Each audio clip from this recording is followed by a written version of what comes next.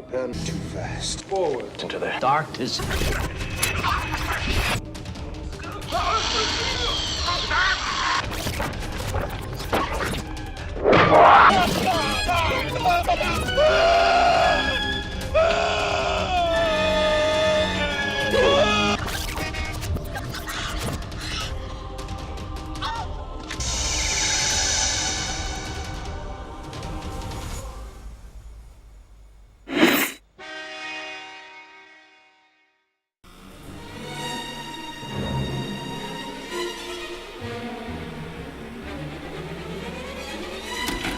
Welcome to Slash Forward, the channel where we provide summarization and commentary on all your favorite popular and obscure horror movies. In this video, we're going to take a look at the 1986 Stuart Gordon movie From Beyond. This is a follow-up Lovecraftian collaboration between Gordon, Jeffrey Combs, and Barbara Crampton, released just 1 year after the modern classic Re-Animator. So you know it's going to have a frenetic energy, plenty of gore, disquieting atmosphere, high probability of tentacles, and a sizable dose of the existential angst that comes from the recognition of man's pitiful insignificance as he screams into the unending abyss of our cold, limitless cosmos.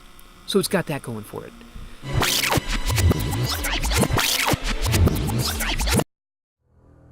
We open on Crawford Tillinghast, flipping dials and fiddling switches on his science machine. As he circles his most recent acquisition from Spencer Gifts, we find out that his experiment worked as he observes a floating, translucent hagfish approaching. Since he's not certain its nature, he lets it air swim right up to his eye, and gets bit. Crawford quickly retreats to his mentor, Dr. Pretorius' sex dungeon, to confirm that the experiment was a success. They return to the lab together to verify the results, and Dr. Pretorius is immersed in an overwhelming sense of joy?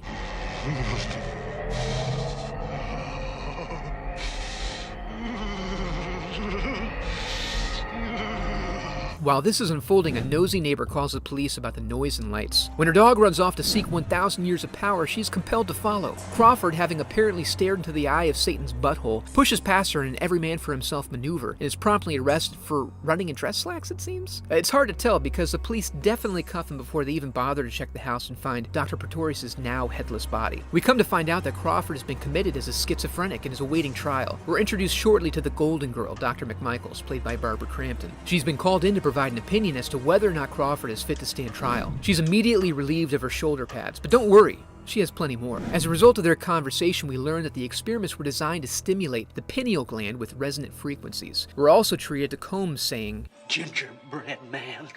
with more gravitas than the term has ever been afforded. Dr. McMichaels, seemingly titillated, wants to check this out, so she requests having Crawford released into her custody, since they still have some unanswered questions like how Pretorius died, or what happened to his head. The authorities agree. On the way out, they meet their escort, Ken Foree from Dawn of the Dead, playing Bubba, a multi-layered and well-developed supporting character. I used to play pro football.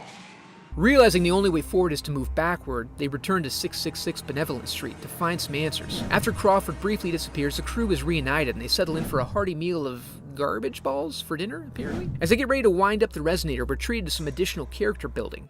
But it always ended with screaming. And I would just lie there and listen to them.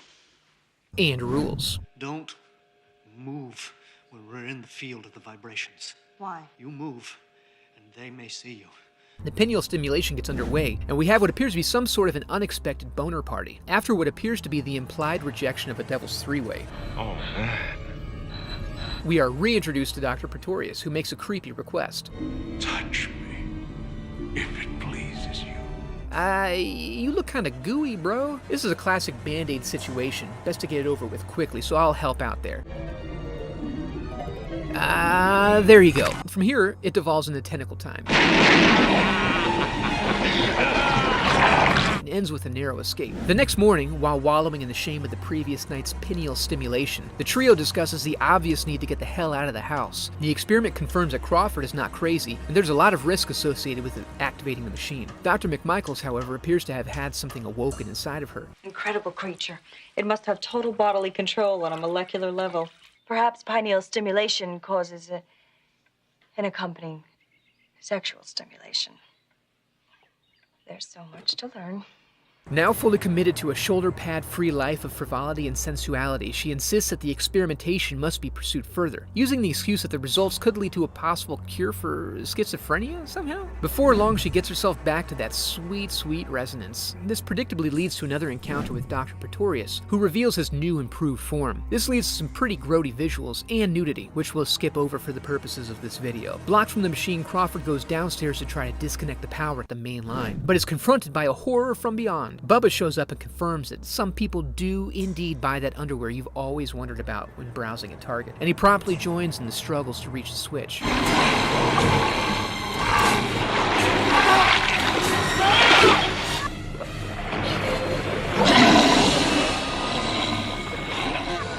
Ooh, if it's got its teeth in him, you probably don't want to be yanking on them like that. They successfully power down the machine, but now they're in deep. Bubba's determined to leave the house, Crawford is comatose, and Dr. McMichaels is hooked to the stimulating sensations evoked by her resonating pineal gland. The scene that follows takes a while to play out, includes some things I can't show here, and ends with a spontaneous resonation. This obviously leads to bees?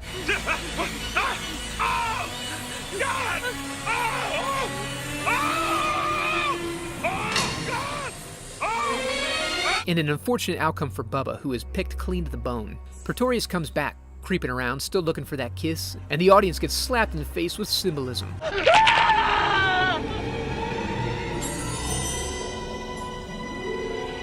So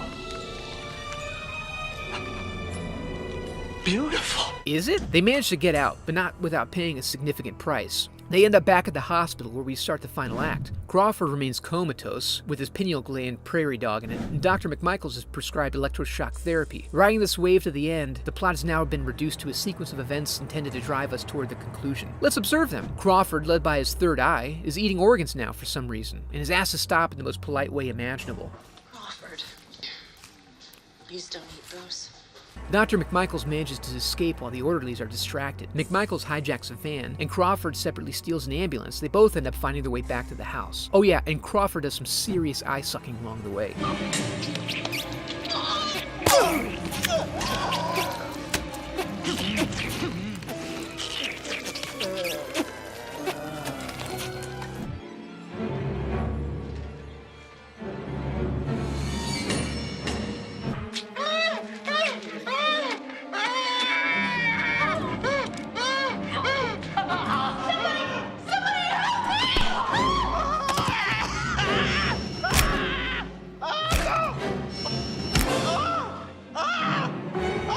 McMichaels goes to the machine, determined to destroy it this time, and plants a bomb on it that she apparently picked up at the bomb store on the way over, or something. It's fairly well put together. Crawford begins turtling and is overcome by his pineal needs, leading to a sequence that always makes me cross my legs for some reason. As they have a final showdown, Crawford attempts to take off again with some good old-fashioned stage running, but then decides he's done running for good. After proclaiming, This time I'm not running away! he is promptly bitch-slapped by Dr. Pretorius. McMichaels is saved by a friendly pair of floating translucent hagfish. Pretorius comes back after a fresh application of slime, and then we're treated to a back-and-forth orifice emergence contest between Crawford and Pretorius. It's similar to a set of Russian nesting dolls that are comprised completely of viscera. This provides enough time for McMichaels to verify the bomb is still set, and then jump out of the window as it explodes, ending the movie with Dr. McMichaels as the sole survivor, suffering no more than a mere open compound spiral fracture of the knee.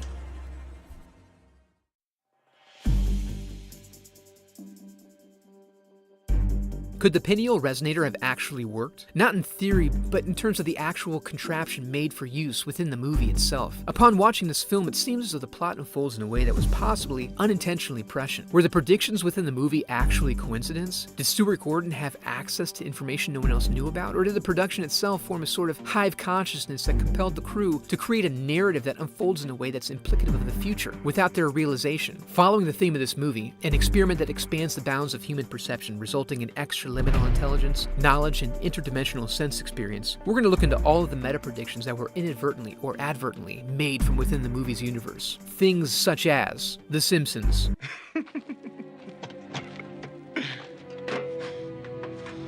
50 Shades of Grey, the movie Powder, Silence of the Lambs, Dinner, the emergence of string theory, a model of the universe that suggests that traditional particles are comprised of vibrating strings, Jim Carrey,